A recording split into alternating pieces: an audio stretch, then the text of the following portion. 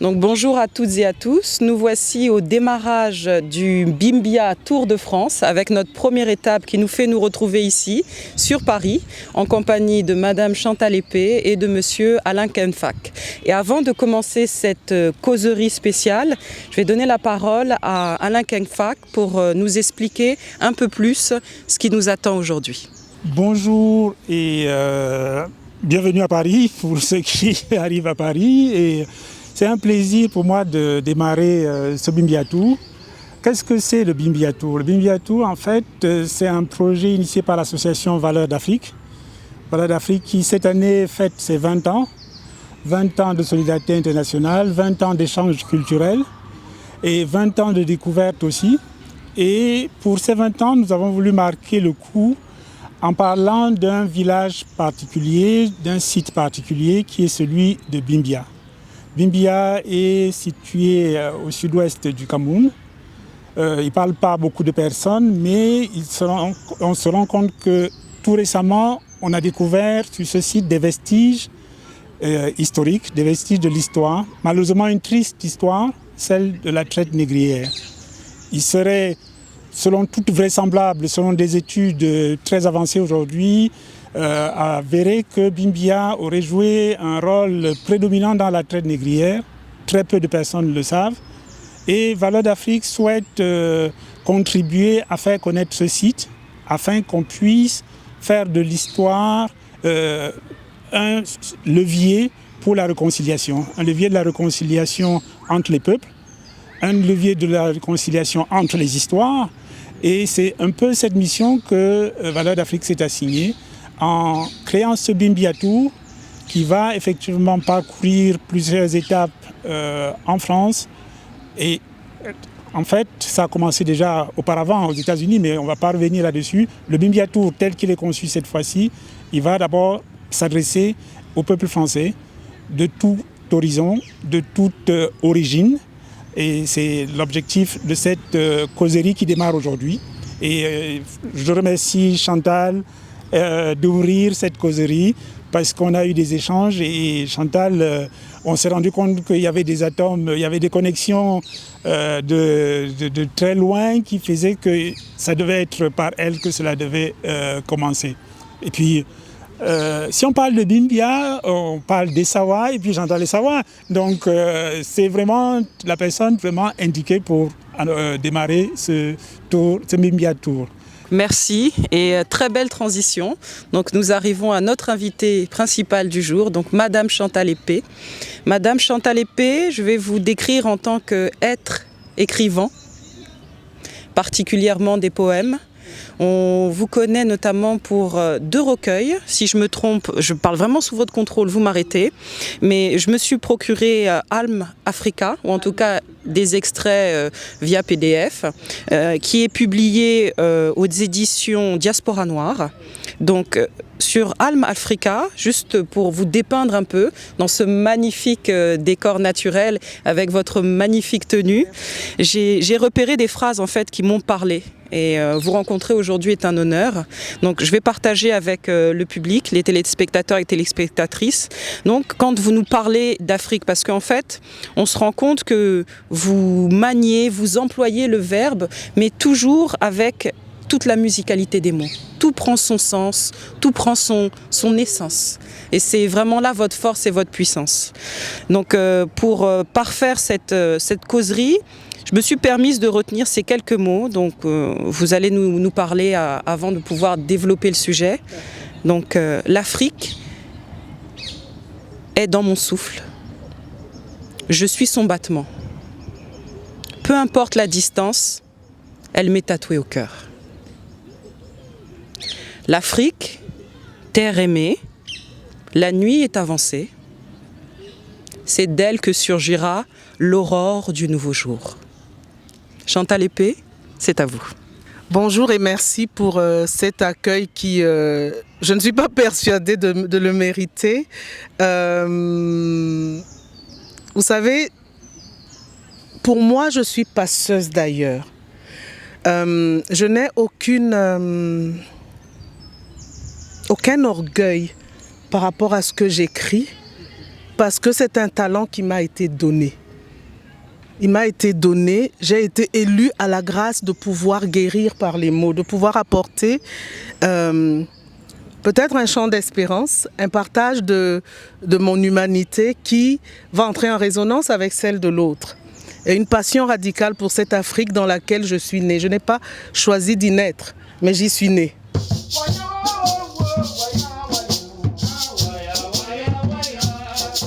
Naître en Afrique, c'est naître avec un devoir. C'est naître avec un devoir parce qu'on est dans une terre qui a été blessée, dans une terre qui a été niée dans son essence et qui a été considérée uniquement par rapport à ce qu'elle portait de richesse pour pouvoir déshumaniser des êtres pour prendre possession des richesses. Mais la plus grande richesse de l'Afrique, c'est vous et moi, c'est l'humain. Donc quand on vient déposséder une terre de qui elle est par essence, on est en train de fracturer les humanités à venir. Et permettez-moi de rappeler une chose, si on en croit la science, même si je ne suis pas un croyant de la science, mais je sais accepter aussi que la recherche arrive à un certain niveau. Et au niveau où elle en est aujourd'hui, l'être le plus ancien qu'on a trouvé, il venait d'Afrique. Donc si on a fracturé, si on a déshumanisé l'Africain, on a déshumanisé la descendance de l'Africain, on a déshumanisé le monde entier. Mais bon, si je me lance dans ça, ça va être compliqué. Donc je vous repasse la parole. Puisque vous me tendez le témoin avec de belles manières, rentrons directement dans le vif du sujet, la thématique de notre causerie d'aujourd'hui, pour lancer ce Bimbia Tour de France, les traumatismes et la réconciliation. Parce que mine de rien, avec votre introduction, nous étions pleinement dedans.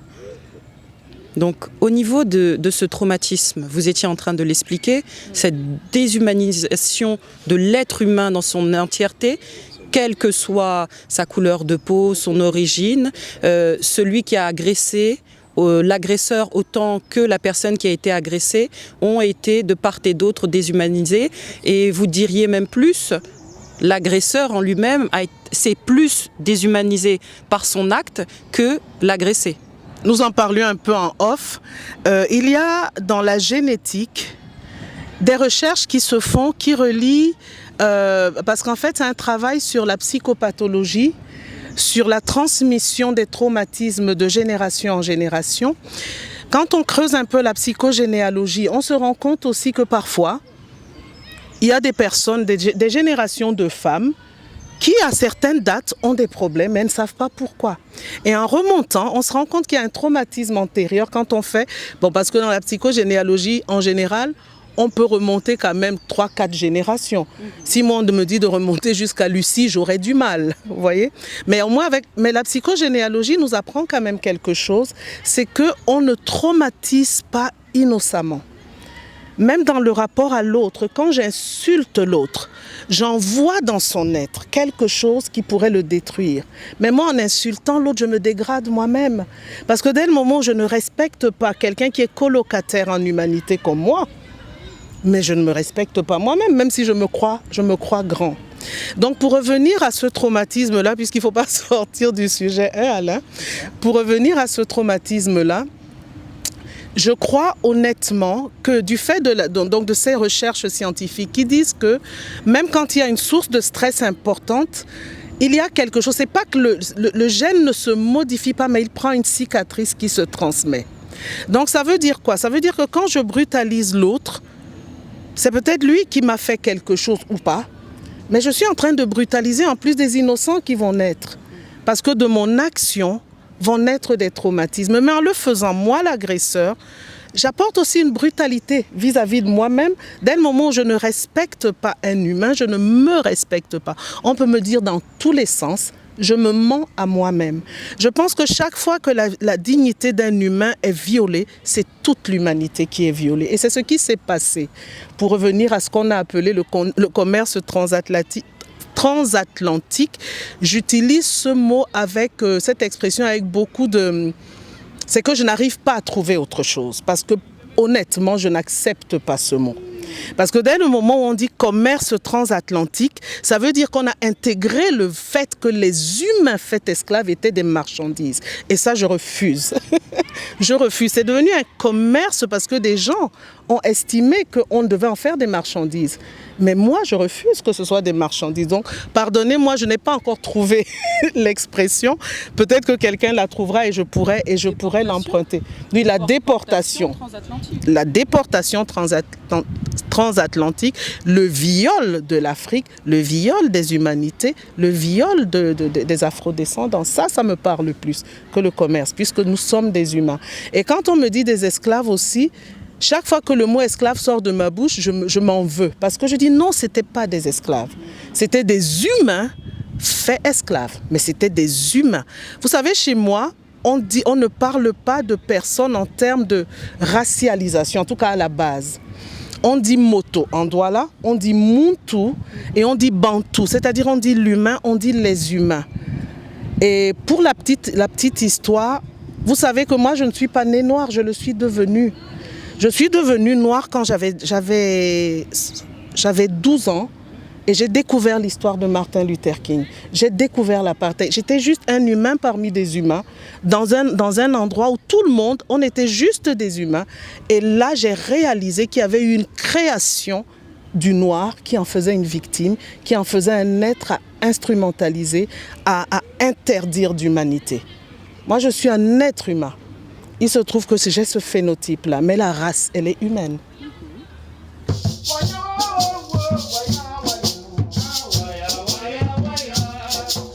Quand tu parles, ça éveille des souvenirs et ça ouvre des pans. Moi, on parle de traumatisme et toi, tu as découvert que tu étais noir à 12 ans. Moi, mon choc a été de découvrir en 2015 que Bimbia existait. Parce que je suis allé à Gorée en 1983 et je vais à Bimbia en 2015. Et je me dis, mais comment on peut expliquer cela? J'ai vécu 10 ans à Douala, c'est-à-dire à quelques encablures de Bimbia. J'y suis pas allé. Et je remonte encore plus loin. Quand je suis gamin, je devais avoir peut-être 7 ou 10 ans, je ne sais plus trop bien. Et puis on parlait de Cassius Clay qui avait refusé d'aller au Vietnam et il était champion du monde de boxe et tout ça. C'était des échos. Il me disait, mais il y a des Noirs aux États-Unis.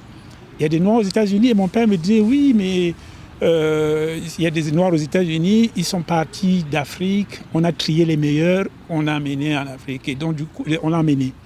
Et toute la jeunesse, on a passé notre jeunesse à rêver d'être Noirs américains. À rêver un peu plus tard, parce que c'est étrangement, en ce qui me concerne, on découvre d'abord les Noirs américains avant de découvrir les Antillais. Donc, parce qu'il y avait la Voix de l'Amérique, il y avait tous ces messages-là, et on découvre ça, et puis ça reste toujours embillé quelque part. On ne comprend pas très bien le lien qu'il y a entre ces Noirs-là qui sont un peu partout, et puis les autres, on ne nous montre que ceux qui sont des vedettes. On nous montre que ceux qui sont des stars et au cinéma, on les voit et on a envie d'être comme eux. Donc il y a un traumatisme de ne pas être eux parce qu'on ne sait pas ce qu'eux vivaient de l'autre côté. Et quand en 2017, il m'est donné l'occasion de faire de l'immersion dans le monde, peut-être avant, avec les films, quand on a commencé à voir des films comme Rue Kasner ou comme Lee Root, on commençait déjà à avoir un peu des bribes de cette histoire-là. Et puis on se dit, mais pourquoi on ne nous a pas enseigné tout cela à l'école ? Alors qu'on a appris l'histoire de Joséphine, de Napoléon. Donc il y a tellement de traumatisme qu'on se dit, mais en fait, même nous qui pensions ne pas être atteints par cette histoire, en fait, nous étions des malades qui nous ignorions. C'est le sentiment que j'ai depuis quelque temps et qui justifie aujourd'hui cet engagement que j'ai pour cette promotion de Bimbia, qui en fait n'est qu'un prétexte pour me réconcilier avec cette histoire et d'essayer de penser mes propres plaies. C'est très intéressant parce que nous sommes vraiment dans le cœur du sujet qui nous a blessés, dans le trauma. Et Alain l'a parfaitement mise en image, ou en tout cas conceptualisé, mais le traumatisme, il était de part et d'autre. Ceux qui ont été déportés, ceux qui sont restés, ceux qui ont eu la connaissance, c'est-à-dire nos ancêtres, nos aïeux qui sont restés en terre-mère, qui ont eu la douleur, la conscience d'avoir perdu des êtres chers, la veille, l'avant-veille qui ont été arrachés, le traumatisme qui nous a été transmis, notamment via la génétique, tu en parlais tout à l'heure, le fait d'avoir perdu des gens, mais on ne sait pas pourquoi, et on a cette peur viscérale en nous, ce manque, s'il y a quelque chose qui ne va pas, et quand on arrive à reconnaître les morceaux, on se rend compte qu'on a été dépossédé pour pas mal de générations de notre propre histoire, et c'est ce que Alain a vécu. Et on a tous dans nos familles ce type d'histoire-là, ce type de sentiment-là, qu'on ait été éveillé ou pas au fait que nous avons des ancêtres qui soient partis et surtout au manque que ça nous a causé à nous et le fait qu'on n'arrive pas à se retrouver de prime abord. On pense qu'ils sont différents, mais en fait nous sommes les mêmes et on essaye en fait de se reconstruire les uns les autres. Et la difficulté, elle est vraiment là parce qu'il y a eu un double traumatisme via l'esclavage, mais si je comprends bien Alain, c'est aussi une part de la colonisation, en tout cas la post-colonisation que toi tu as connue. On ne vous apprend pas l'histoire de nos ancêtres. Donc en fait, vous êtes face à des afrodescendants que vous voyez à la télé, qui sont portés, stars des écrans, stars du sport, etc. en modèle, mais vous ne savez même pas d'où ils viennent. Alors qu'ils sont vous êtes eux. Et on a subi en fait plusieurs vagues de traumatisme qui nous a fait à un moment donné nous éloigner des uns des autres. Je vais juste nuancer un petit peu le parcours d'Alain. Pas son parcours, c'est-à-dire le mien, en réponse. Moi, quand j'étais en 4e, on m'a enseigné sur la traite négrière. Là où il y a une méconnaissance, c'est que on nous faisait croire que le Cameroun n'avait pas été frappé par ça. C'est-à-dire, c'était du côté de l'Afrique de l'Ouest, etc. Et donc, nous construisions une espèce de fierté d'avoir échappé. Donc, forcément, on s'était battu, on avait résisté, certainement. Ce qui est vrai au demeurant. Mais c'est-à-dire que, mais s'il y a des personnes qui sont de l'autre côté, ils ne viennent pas d'ici. Nous, on a résisté. Mais c'est vrai aussi que nous avions à l'époque un chef d'État qui avait une fierté camerounaise en excroissance. C'est-à-dire qu'on avait l'exemple... On va créer notre propre compagnie parce qu'on ne veut pas être soumis aux diktats des autres. Donc je pense aussi que quelque part on a été construit dans cette fierté-là qui aujourd'hui joue contre nous, parce qu'on a parfois des fiertés un peu complexes.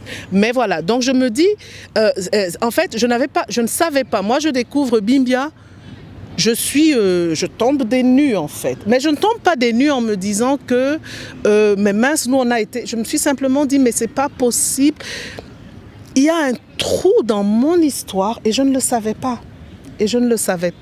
Dans Alma Africa, dont vous parliez tout à l'heure, il y a un poème que j'ai appelé Hall, que j'ai dédié à Lisa Aubrey d'ailleurs. Et en fait, c'était... J'ai vécu, c'est-à-dire moi, même sans savoir qu'il partait du Cameroun, parce que l'Afrique est dans mon souffle, je suis dans son battement. C'est-à-dire, pour moi, j'ai toujours vécu avec une béance, une conscience qu'il y avait un trou à l'intérieur de moi. Et dès le moment où j'ai su qu'il y avait des humains qui avaient été faits esclaves, qui étaient partis d'Afrique, qui étaient morts dans des cales de bateaux, qui avaient été jetés à la mer, c'est d'une violence inimaginable pour une enfant. Mais ils sont partis, mais on nous a pris des gens. Mais il n'y avait pas des gens autour de moi qui parlaient de cette manière-là.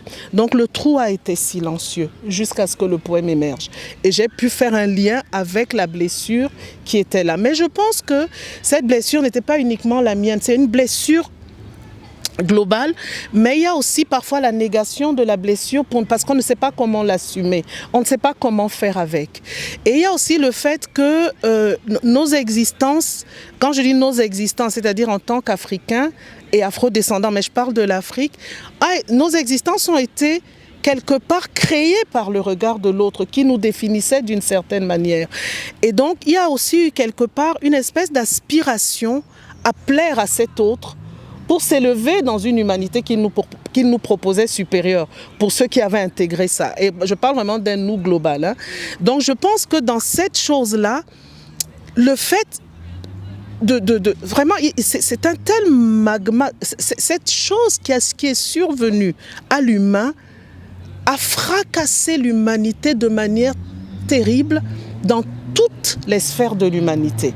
Aimé Césaire disait « On ne colonialise pas impunément. Et celui qui colonialise se dégrade lui-même. Et de dégradation en dégradation, il enfante son Hitler. » Parce que Hitler, c'est une figure hideuse, connue. Mais cette bête qui s'est manifestée en Hitler, elle s'est manifestée dans l'esclavage. Elle s'est manifestée dans d'autres violences. Et là, je ne parle pas de phénotype. Hein. Je dis partout où on dégrade l'humanité, il y a cette violence-là. Hitler, c'est le pinacle, c'est le plus connu. Mais c'est cette même bête qui est à l'intérieur. Donc la blessure que nous avons tous... en fait, moi, je n'ai pas subi l'esclavage et je refuse d'être une victime de l'esclavage. Je ne l'ai pas subi. Mais j'ai hérité d'une blessure. Maintenant, qu'est-ce que je fais avec cette blessure? Aimé Césaire disait « J'habite une blessure sacrée » dans ce poème lagunaire qui est magnifique. J'y ai habité parce que ces mots m'ont parlé. Mais depuis, j'ai compris que je devais avancer. Je ne peux pas habiter une blessure. Je dois travailler à ce qu'elle se cicatrise. La cicatrice sera peut-être là, mais je refuse que la blessure me définisse. Donc, je ne prends pas habitation. Et je sais que je vais choquer des gens parce qu'ils ont besoin encore d'habiter la blessure. Mais moi, je n'en ai pas besoin. Parce que j'ai conscience que nous sommes colocataires d'une même humanité. Et si nous ne travaillons pas à la guérison de nos relations entre Afrique et les descendants africaines, qui ne sont pas exactement comme nous, parce qu'il y a un métissage, parce qu'il y a eu une extraction. Donc, si on rêve, si on a un fantasme d'un retour à un avant, ça n'arrivera pas. Ça n'arrivera pas parce que nous avons tous changé, nous avons tous muté. Même en vivant en France, on a changé. Chaque fois que moi je parle avec vous, je partirai modifié par la rencontre avec vous, forcément.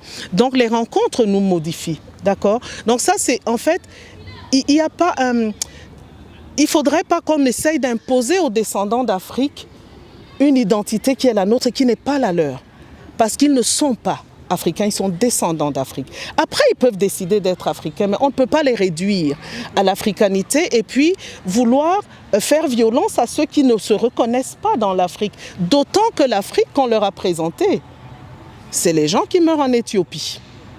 L'Afrique qu'on leur a présentée, c'est des gens qui meurent dans des barques. L'Afrique qu'on leur a présentée, c'est des dictateurs. Mais l'Afrique, ce n'est pas ça, heureusement. L'Afrique, c'est une résilience extraordinaire. L'Afrique est musique, l'Afrique est convivialité, l'Afrique est créativité, l'Afrique est réinvention permanente.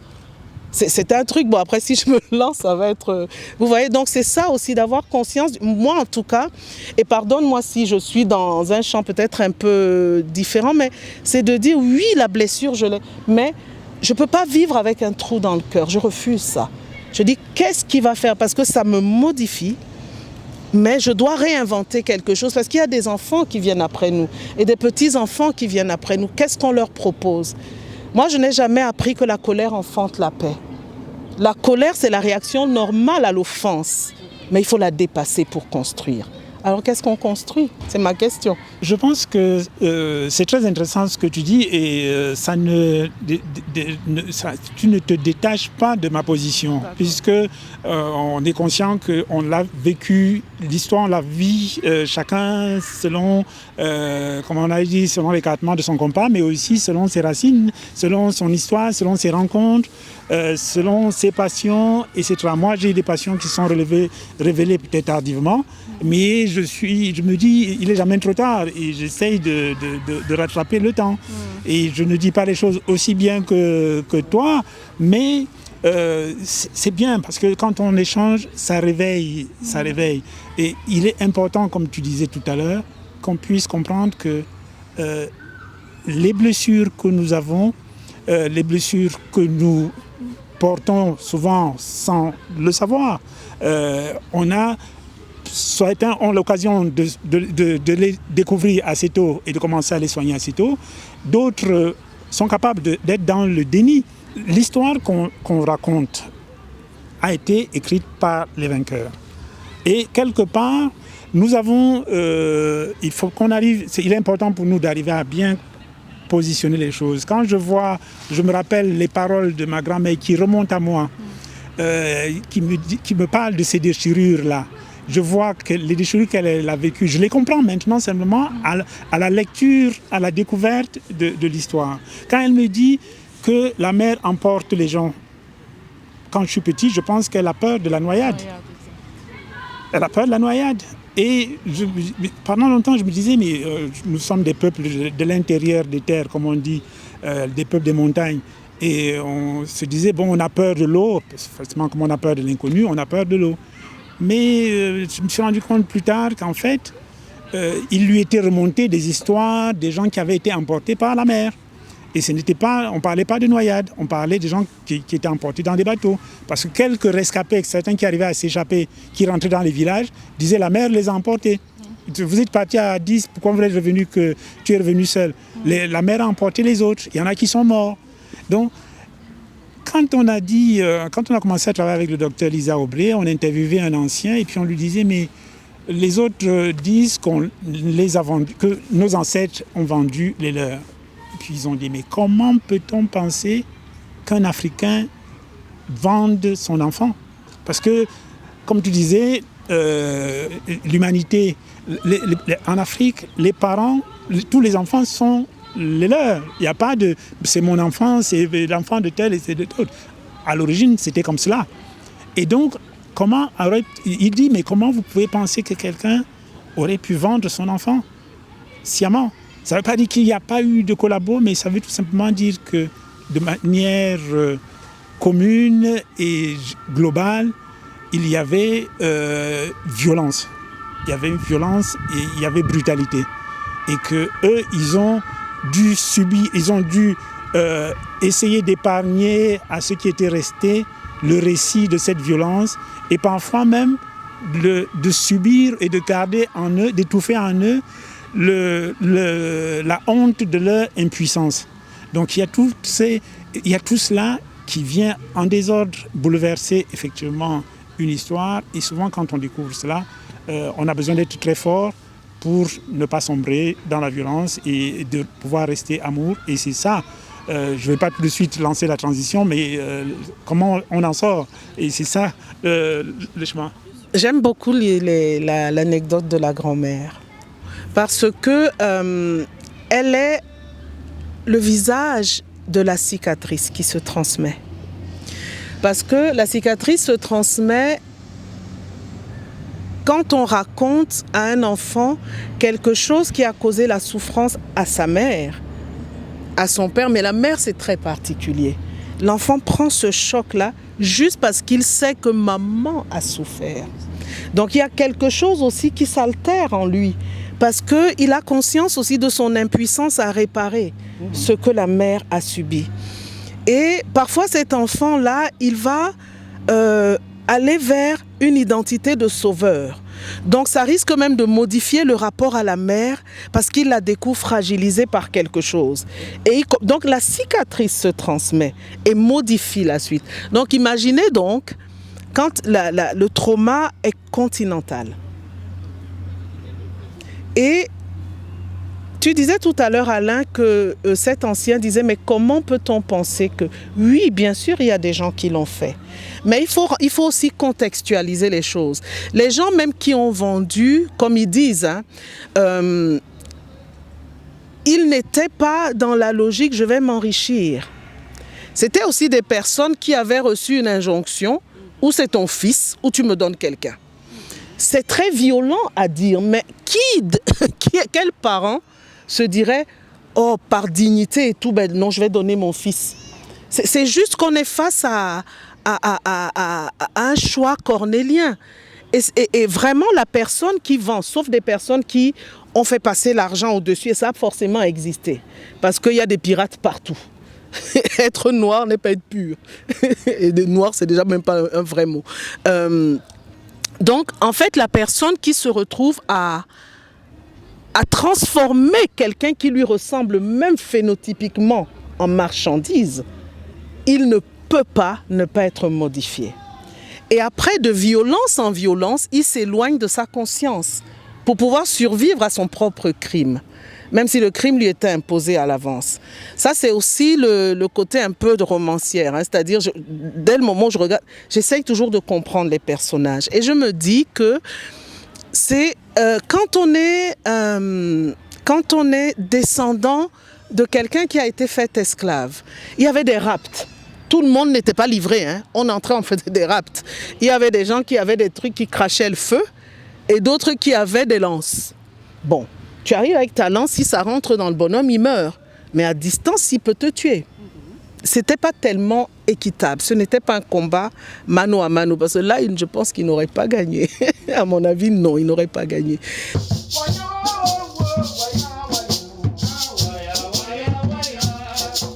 Ce crime-là a dégradé tout le monde. Tout le monde. Maintenant, on ne peut pas aller dans une angélisation des uns et une démonisation des autres. C'est vraiment, et si on veut aller vers une réconciliation, il faut assumer le fait que l'humain, il est lâche parfois. L'humain, il est méchant parfois. Il est criminel parfois. Il est capable du pire, mais il est capable aussi du meilleur. Et je pense que dans la réconciliation, on peut aller vers le meilleur. Après, chacun choisit. S'il ne veut pas se réconcilier, c'est lui qui voit. Mais à chacun de nous aussi de nous dire, il y a un avenir à bâtir. Il y a quelque chose à proposer à nos enfants. Moi, quand je prends conscience de... Quand je dis je suis devenue noire, non, je savais, hein, quand je me regardais, je me voyais, même si je suis marron, hein, noir, c'est une création. Noir, c'est une création. C'était un besoin de rapprocher de la couleur des ténèbres. C'est pour ça qu'on a dit noir. C'était pas neutre. C'était pas neutre. C'est pour ça que après on a dit I'm black and I'm proud. Et ça c'est quelque chose que j'ai dit. Il y a un poème comme ça d'ailleurs dans mon. Mais plus j'avance, plus je me dis mais pourquoi I'm black d'abord? Ça veut dire que je dois me définir par rapport à celui qui m'a créé noir et me dire je suis noir mais je suis fier. Mais ça veut dire qu'il a gagné quelque part. I am Muntu and I am proud. C'est autre chose. Mais ça, vous voyez, on avance. C'est vraiment qu'il y a des... Je suis un être humain. Et j'ai une dignité parce que je suis un être humain. C'est juste ça. C'est juste ça. Donc, en fait, pour revenir à cet échange, pardon, parce que je suis une passionnée, donc parfois je vais dans plein de directions. Et le fait, les conversations ont quelque chose, c'est qu'elles ouvrent des fenêtres. Et ça ouvre beaucoup de fenêtres, mais après, il y a une multiple... C'est un peu comme on est sur son ordinateur aussi. Oh là, ça parfois c'est des pop-up. Une idée, elle arrive comme ça, et puis on a un pop-up. Donc, pardonnez-moi, et puis arrêtez-moi quand je suis dans un pop-up. Donc, ce que je voulais dire, c'est que il ne faudrait pas que nous, Afro-Africains, je dirais, pour faire la différence, je dirais Afro-Africains et Afro-Américains, Afro-danse. C'est juste comme ça que je dis pour faire la différence, parce que ceux d'Amérique s'appellent Afro-Américains. African. Voilà, Africains, oui voilà. Donc Africains, Américains, mais ils prennent Afro. Les Antillais ne disent pas ça. Pas tout. Non, il y en a très peu pour le moment, d'accord? Donc on ne peut pas leur imposer ça. On ne peut pas leur imposer ça parce que dans leur cheminement, dans leur histoire, ils sont une mosaïque de peuples qui se rencontrent dans leur identité. Donc on ne peut pas leur imposer ça parce que c'était celle du départ. Et surtout que le départ a été fait sur une catastrophe. Donc c'est quelque chose qu'il faut aussi... Il y a un besoin de guérison. Mais moi, quand je les regarde, et puis j'ai beaucoup d'Antillais autour de moi que j'aime profondément, et quand je les regarde, je me vois en eux. Juste parce que nous sommes participants d'une même humanité. On a d'autres choses qui nous relient aussi. Mais je me vois en eux. Mais ils ont le droit de ne pas se voir en moi. Ils ont le droit. Parce que leurs blessures semblent plus actifs parce qu'ils n'ont pas conscience du traumatisme de ceux qui sont restés. Puisque ceux qui sont restés, a priori, n'ont pas été réduits à l'esclavage. Donc, c'est pour ça que j'ai dit a priori. Il y a d'autres chaînes qui sont venues par la colonisation. Mais ils n'ont pas, a priori, ils n'ont pas eu cette identité qui est d'une violence extraordinaire. Ils n'ont pas, je réfléchissais hier en faisant la vaisselle, parce que l'eau me fait réfléchir. Et je repensais au nom tel Jackson, Wilson. Mais ça veut dire quoi? Ça veut dire tu es le fils du maître. Mais le maître en parlant du prénom du maître, même pas de son nom. Donc il ne te donne même pas son nom. Tu es la possession de ce maître et tu es éternellement un enfant. C'est ça qui m'est apparu hier. Je dis, donc on est en train de te donner un nom de la plantation, mais on dit que tu es un enfant. Et tes enfants seront éternellement des enfants, etc. Donc tu ne seras jamais, tu ne voteras jamais, tu ne seras jamais un citoyen. Puisque les citoyens, au fond, ceux qui votent, c'est des adultes, donc capables de faire un choix. Et ça, c'est des noms d'une grande violence. C'est très important. Ce que j'ai retenu dans ce que vous avez dit de part et d'autre, c'est le choix. C'est tellement important. Nous en discutions à lien sur d'autres conversations, sur d'autres cieux, avec Imanié Dalila Daniel, qui, en tant que martiniquaise, se revendique en tant qu'africaine martiniquaise ou martiniquaise d'origine africaine. Voilà. Elle, c'est clair, net et précis. Et elle le dit elle-même. Elle le dit, autant elle a le droit de se définir dans la civilisation qui lui parle le plus, autant il faut laisser le choix aux autres de ne pas se définir parce qu'ils ne le souhaitent pas, ils n'en sont pas prêts ou ils ne le seront jamais. Chacun son étape, tout simplement. Et on se redéfinit dans cette humanité qui a pris naissance en Afrique. Donc, tout le monde dans ce parc ne devrait même pas avoir rougir de savoir et de reconnaître et de sentir qu'il a des ancêtres africains. N'est-ce pas, les petits genoux qui se bécotent sur les bancs, hein? Voilà, l'origine de l'humanité est partie en Afrique. Parce que pour aller vers la réconciliation, il faut se dire les choses. Vraiment, il faut les accepter. La résilience, elle passe par là. Quand tu disais qu'il ne fallait pas habiter la cicatrice, à un moment donné, le corps, qu'il soit étranger ou pas, il faut qu'il sorte de la cicatrice pour que ça se referme. Et à un moment donné, il va falloir de la rééducation même quand c'est refermé pour ne plus sentir la douleur. Et pareil pour le membre fantôme, quand on a été sectionné, on a perdu un membre, on a toujours la douleur alors qu'il n'est plus là. Tu parlais de psychopathologie, on est exactement dedans. Donc autant aujourd'hui, avec cette première étape, nous dire vraiment les choses. Nous sommes 3 Muntu, ça me parle, parce que tu sais, c'est des mots de chez moi, ça. Donc, Muntu, l'être conscient. Ntu, la tête. Muntu, c'est celui qui est pleinement conscient de son être. Nous sommes 3 Muntu, ici présents, originaires d'Afrique, étant nés d'Afrique, en Afrique. Moi y compris. Hein. On ne se l'est pas dit, mais je suis née au Congo, avec un K, comme Africa. J'ai lu tes poèmes parce que j'ai vu Africa avec un K. J'ai dit ça c'est pour moi, tu vois. C'est pas anodin, comme quoi. Et étant né au Congo, j'ai eu mon grand-père, d'accord, paternel, qui a décidé, quand mon père et ma mère ont choisi le prénom de l'enfant à venir, donc si j'étais un garçon, je m'appelais Lemba, et si j'étais une fille, je m'appelais Lemba, et puis on met d'autres prénoms à côté parce qu'on lui laisse le choix. C'était ça le deal, si j'ose dire. Bon, je ne suis pas une dealeuse, mais le deal, le big deal, c'était ça. Il faut lui laisser le choix, parce que Lemba, c'est un prénom qui est lourd de sens. Et mon grand-père, ça c'est ce qu'on m'a raconté, puisque j'étais encore in utero, mon grand-père est venu vers mon père, lui dit « Mais tu es sûr que l'enfant à venir, là, tu veux l'appeler Lemba ?»« Oui. »« Tu es conscient de ce que ça veut dire ?»« Oui. » Bon, d'accord. Il a fait ce qu'il avait à faire, il est revenu des mois après ma naissance. Et en fait, on me disait qu'il me parlait. Il me parlait. Donc, il m'a éveillé sur une conscience, ou en tout cas, il a tenu à me transmettre des choses à moi, à transmettre d'autres choses à mes frères. Et avec moi, ça a pris un certain pendant, la transmission orale. Et il me racontait des histoires. Je me suis reconnue dans l'histoire de la grand-mère de Alain Kempfak. Pourquoi? Parce que mon grand-père a utilisé des terminologies pour ne pas me heurter. Tu étais exactement dans cette explication-là, dans cette analyse. Quand on parle à un enfant, on ne lui dit pas « ton arrière-grand-père a été violenté, je n'ai jamais entendu, tant que j'étais au Congo, le terme esclave. Je l'ai appris ici, à l'école, discussion avec papa, parce que dès qu'on me dit quelque chose, moi je rentre à la maison, papa, c'est quoi ça? C'est vrai? Moi, mon phare dans la nuit, c'est mon père. Donc voilà, et après, s'il ne l'avait pas fait avant, il m'en disait un peu plus, on approfondissait. Donc ça m'a aidé à me construire. Mon grand-père n'a jamais employé le terme esclavage, pourtant il m'en a parlé. Il m'a parlé de ses ancêtres qu'on avait dans la lignée, et ça remonte à pas si loin que ça. Deuxième, voire troisième abolition, on pourra en reparler à d'autres moments, de l'esclavage, 1848. Nous, sur les côtes, en 1840, il y a de la famille qui est partie. Donc quand mon grand-père me lègue cette histoire, que tu as un grand-oncle, que tu as un arrière-grand-père qui est parti, et nous sommes ses descendants, quand je sais que mon arrière-grand-père est parti vers ce qu'on pourra dire les Amériques, les Antilles, en tout cas il est parti en déportation, nous on est les descendants, tu sais que tu as le parent qui est parti, donc que tu connaîtras jamais, et il a refait sûrement, on l'espère, une descendance là où il a atterri, d'accord, là où il est arrivé.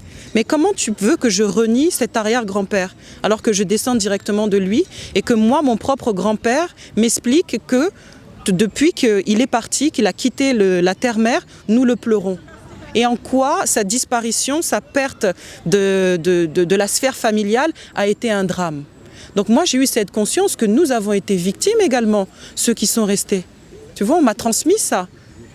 Après, on l'a connu également avec l'esclavage. Il y a peu de temps, on en parlait, j'avais fait la confusion entre mon arrière-grand-père, arrière-arrière-grand-père et mon arrière-arrière-grand-oncle. Mon grand-oncle, en fait, il n'est pas parti pendant l'esclavage, il est parti pendant la guerre. Le frère de ma grand-mère. L'oncle qui est parti, c'était pour la Seconde Guerre mondiale. Et c'est lui qui a été attrapé à 17 ans. J'en ai reparlé avec mon père. Il m'a dit, attends, tu as fait confusion entre l'arrière-grand-père et l'oncle.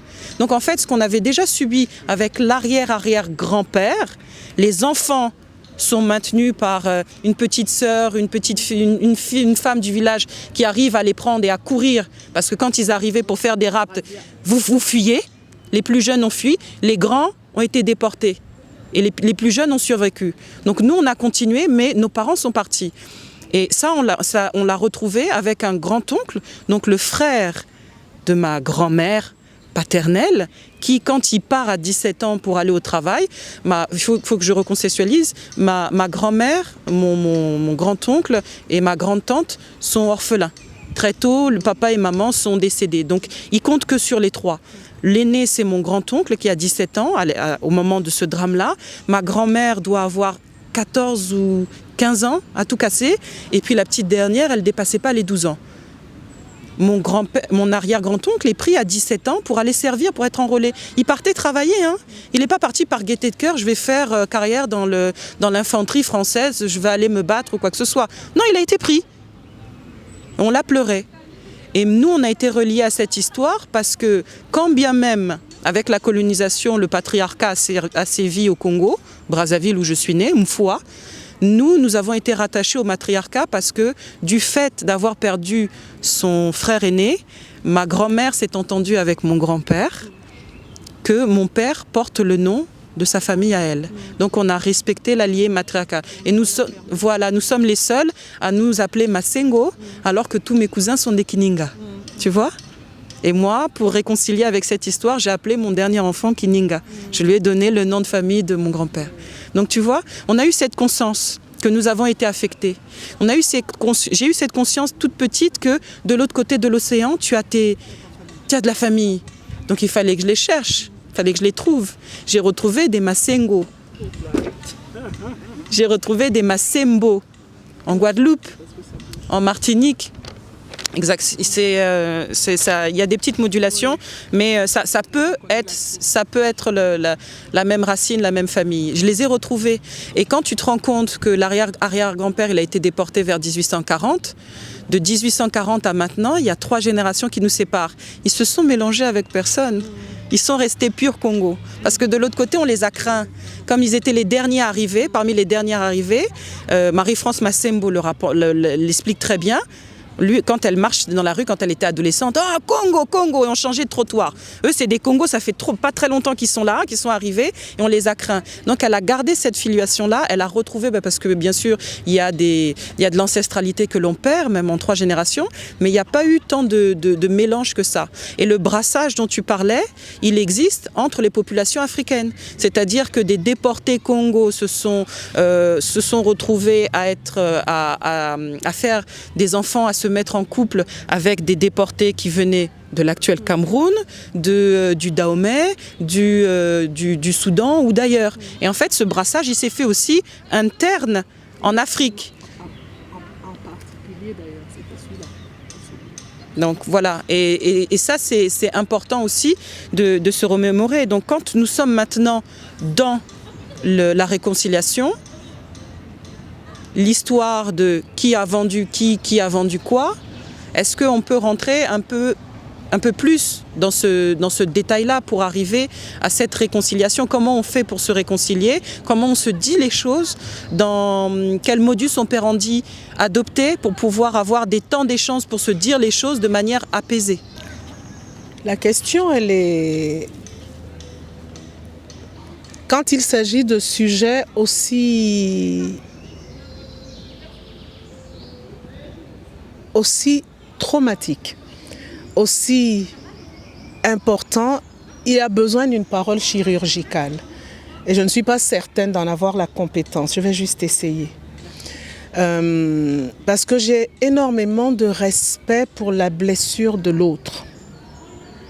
Et je ne peux pas me permettre de parler de la blessure d'un autre, existante ou pas d'ailleurs, parce que peut-être que je projette des blessures que moi j'aurais eues, qu'eux ils n'ont pas. Donc, et puis en plus, l'Antillais, l'Africain-Américain, c'est pas un magma.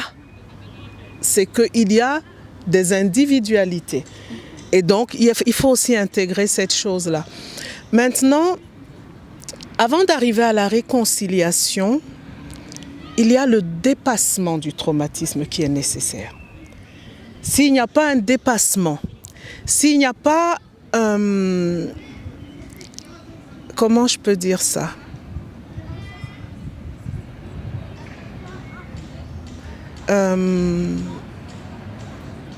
Il faudrait, pour que je ne sois pas dans le « il faut », il serait intéressant d'eux, comme ça ne fait pas d'honneur de leçon, d'être dans un processus, enfin, je dirais une forme de maïeutique personnelle. C'est-à-dire de s'accoucher soi-même, d'être à la fois la sage-femme et puis l'enfant. De sortir, on peut pas, c'est pour quand je parle de ne pas habiter la blessure, c'est ça en fait. C'est de dire, aussi longtemps que j'habite la blessure, il y a comme une espèce comme si le temps s'est arrêté sur la blessure. Et on a avancé, mais on est toujours retenu. Donc il ne s'agit pas de faire comme si elle n'avait pas existé. Ce serait insulter les mémoires. Ce serait insulter les traumatismes. Il n'est pas question de ça. Mais elle est dans le passé. Donc on doit pouvoir se retourner et regarder le passé et de regarder quelles sont les chaînes du passé qui m'empêchent d'avancer et de vivre. Il y a peut-être un besoin de loyauté à ce passé-là. Mais si la loyauté au passé m'empêche d'être dans le présent, je trouve qu'il y a un problème. Donc ça c'est très personnel.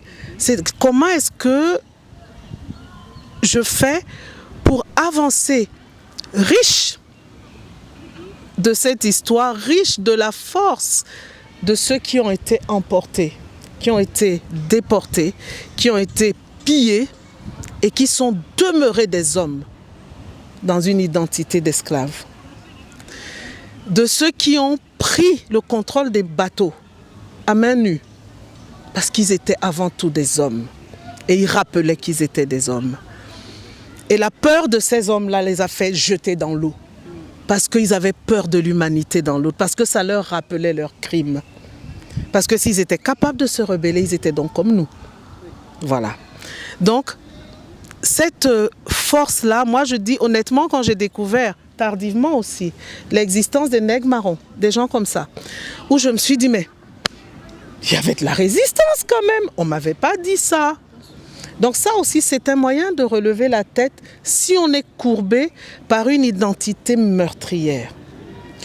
Et le fait et je rejoins Alain dans ce domaine, c'est que la connaissance de l'histoire,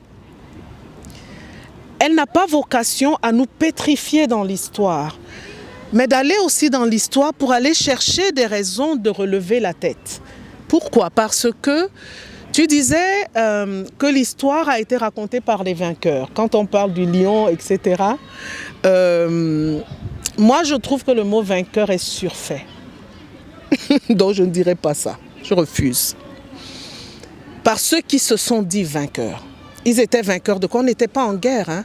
Parce que ce n'est pas genre il y a deux armées qui se battent.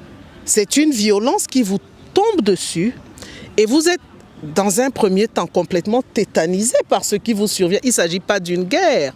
On n'est pas vainqueur, là on est venu violer. C'est comme si un violeur attrapait quelqu'un derrière un bâtiment et il disait « je suis vainqueur ». Il est vainqueur de quoi? Non, pardon, hein, mais vainqueur, je ne prends pas, je n'achète pas. Je l'ai dit avant, c'est pour ça que je dis je suis juste quelqu'un qui se recrée au quotidien. Non, ce n'est pas des vainqueurs, c'est des pillards. C'est des pillards, c'est des violeurs. Mais ils sont morts. Donc si moi, pourquoi je parle de réconciliation aussi, c'est qu'avec mes frères de la Caraïbe, des afro-descendants au Brésil ou ailleurs, il y a quelque chose, il y a un nous qui existe du fait d'une racine commune. Quand on se coupe de la racine, ce n'est pas la racine qui meurt. Normalement, hein? Voilà. Mais par contre, on peut être greffé à autre chose et aussi se recréer autrement. Donc moi, j'accepte tous les choix. Je dis celui qui est dans une afro-descendance, même si ce mot heurte des personnes parce qu'ils refusent cette racine-là, s'il est greffé à autre chose et il vit apaisé dans cette autre chose, qu'est-ce que moi j'aurais à lui dire de ce qu'il doit faire? Comme disait la personne dont tu parlais tout à l'heure, Imani. Voilà. Donc ça, je trouve que c'est aussi important et quelque part, nous qui venons d'Afrique, parce que le trou a été fait à l'intérieur de nous, nous ressentons le besoin de combler le trou. Et donc quand nous croisons l'autre, nous disons « Ah, voilà un de plus qui est revenu reformer la famille. » Mais cet autre-là, on ne lui a pas appris qu'on était de la même famille. Donc je pense aussi qu'il y a peut-être un travail à faire dans la conscience qu'il y a quand même quelque chose qu'on a en commun. Mais on ne peut pas l'imposer. Donc peut-être aussi que dans le travail historique, dans le travail de découverte de l'histoire, peut-être que dans le fait de découvrir que il y a des bateaux, quand même le capitaine, il n'était plus le monsieur d'avant. Mais quelque part, moi, ça me faisait relever la tête aussi, de me dire, parce qu'en fait, telle que l'histoire avait été racontée, c'était comme si l'Afrique, elle avait juste été passive. Elle avait juste été passive, alors que ce n'était pas vrai. Ce n'était pas vrai. Elle n'avait pas été passive. Et le fait est que quand quelqu'un est déporté, il est descendant de déportés, il n'a pas envie d'être relié à quelqu'un qui était en échec. Donc forcément, donc il y a peut-être quelque chose aussi dans la restauration, au moins de l'histoire, qu'on la connaisse. Moi je sais quand j'ai découvert la reine Zinga, attention. Ben oui, attention. Pourquoi? Parce qu'elle avait une conscience. Elle était un Muntu, un humain conscient de son humanité, parce que c'est bien ça l'idée, c'est d'être conscient de sa propre humanité. Et c'est cette humanité que les Muntu dans les bateaux ont gardée.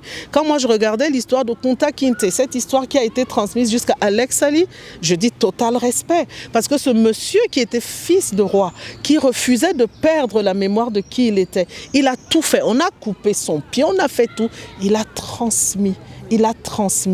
Et quand Alex Ali arrive en Afrique, moi j'en ai la chair de poule. Waouh, j'ai du mal. C'est bouleversant. C'est juste bouleversant parce qu'il y a cette montuité, c'est un néologisme, je l'assume. Il y a ça qui est à l'intérieur et qui résiste. Il y a ça. Et moi je crois en Dieu, je crois qu'on a été créé et que dans chaque humain, il y a cette semence de montuité, cette semence d'humanité qui résistera à tout. sauf si on accepte de se laisser créer par quelqu'un qui nous refuse l'humanité. Et j'ai entendu quelqu'un dire une fois, et ça m'a blessée, mais je n'arrive pas à savoir qu'il disait, mais je comprenais ce qu'il disait. Qui disait que les Occidentaux, par exemple, sont en demande de fraternité. L'Africain est en demande d'humanité.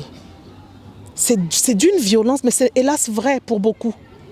C'est-à-dire, c'est un peu, mais reconnais-moi comme un humain. Mais il faut qu'on sorte de là. Parce que c'est une violence, c'est un fracas qui a été fait à la base.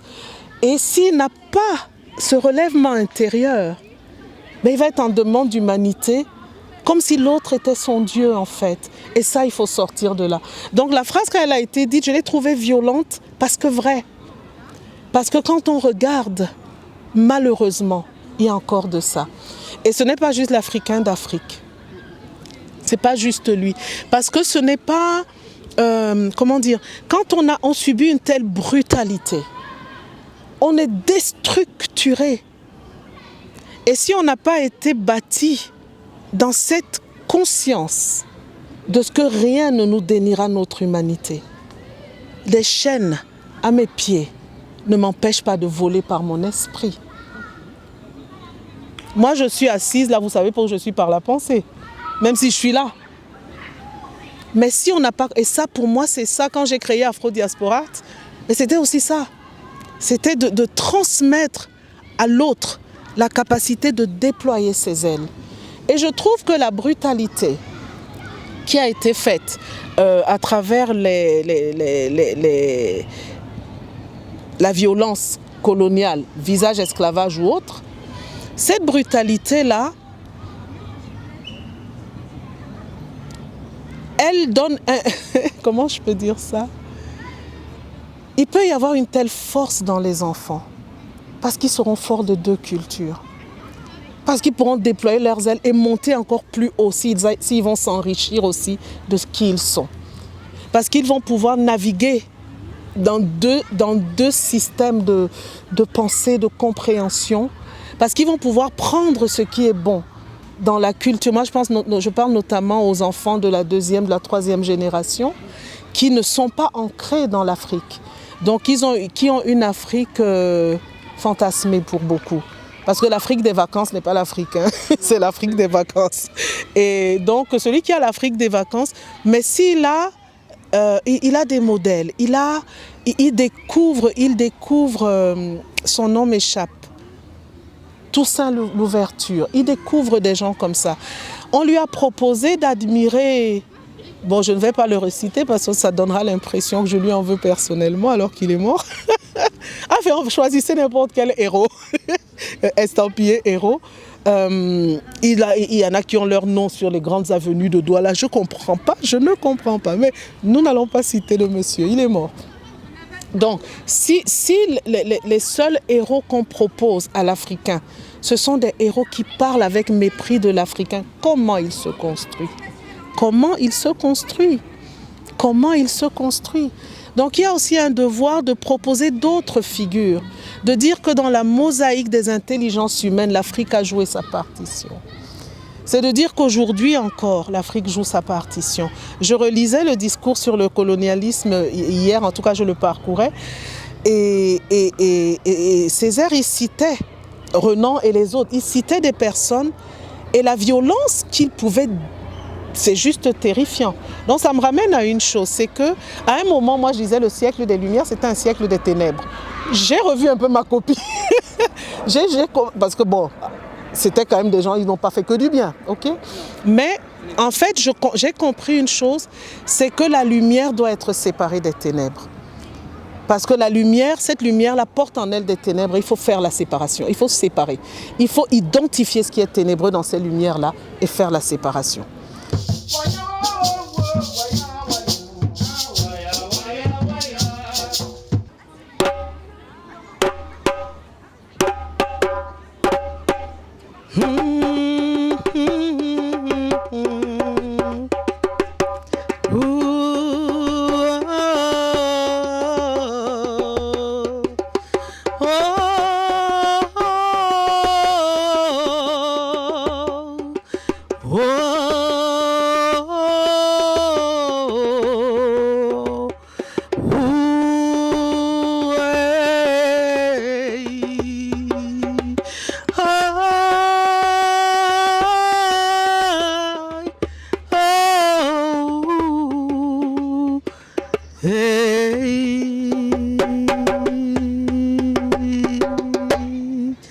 There is a hole deep in my heart, cratère creusé au fond de l'âme. Plaie invisible aux yeux des hommes, le manque remonte à mon enfance. À la conscience de la violence, du crime contre l'humanité, qui a séparé des familles, brisé des vies à l'intérieur. Avilissant le genre humain et violant la dignité.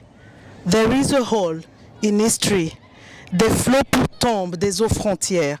Fraternités ensevelies dans l'océan qui nous sépare. Nos mains se cherchent sans le savoir. There is a hole au fond de nous. There is a hole inside my heart. My family was taken away. Les vaines sutures ne suffisent plus. La guérison doit survenir. Elle naîtra d'une reconnexion, retour à soi, retour à nous, à l'Ubuntu. Tu peux reprendre.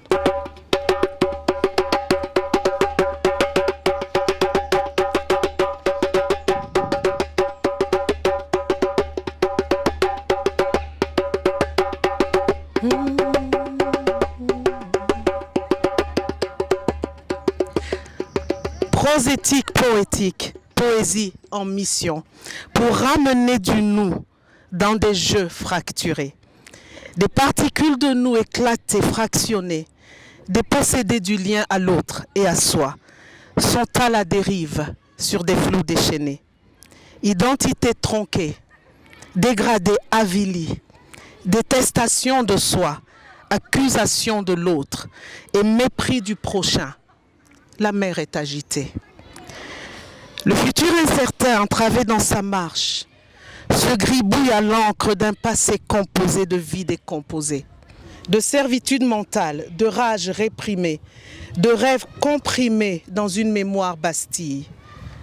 Dépasser le passé est une urgence vitale, si l'on veut espérer apaiser l'avenir, afin que se réveille le nous originel, défait par la brisure de nos fraternités. Se redécouvrir frère pour inventer demain. Retourner en Éden nécessite un deuil, celui de notre droit à la colère rageuse, celui du renoncement aux béquilles du soupçon, celui du dépouillement des vêtements illusoires conçus en feuilles de figue de notre peur de l'autre. Prosétique, poétique, voix dans le désert, d'identité colère. J'arrache mon présent aux morsures du souvenir. J'interdis au passé d'être mon avenir. Oubliant désormais ce qui est en arrière, mais forte de mon histoire, de la mémoire des miens, je me porte vers l'avant. Attirant le futur dans un passé blessé, je vois les murs tomber pour devenir des ponts. Comme la parole de vie relève les âmes courbées, recrée l'humanité, la reconnecte au un. En vidant la mémoire du venin de la haine, réinscrivant en nous la même dignité. Prosétique, poétique, voix dans le désert, prophétie d'espérance pour inventer l'avenir.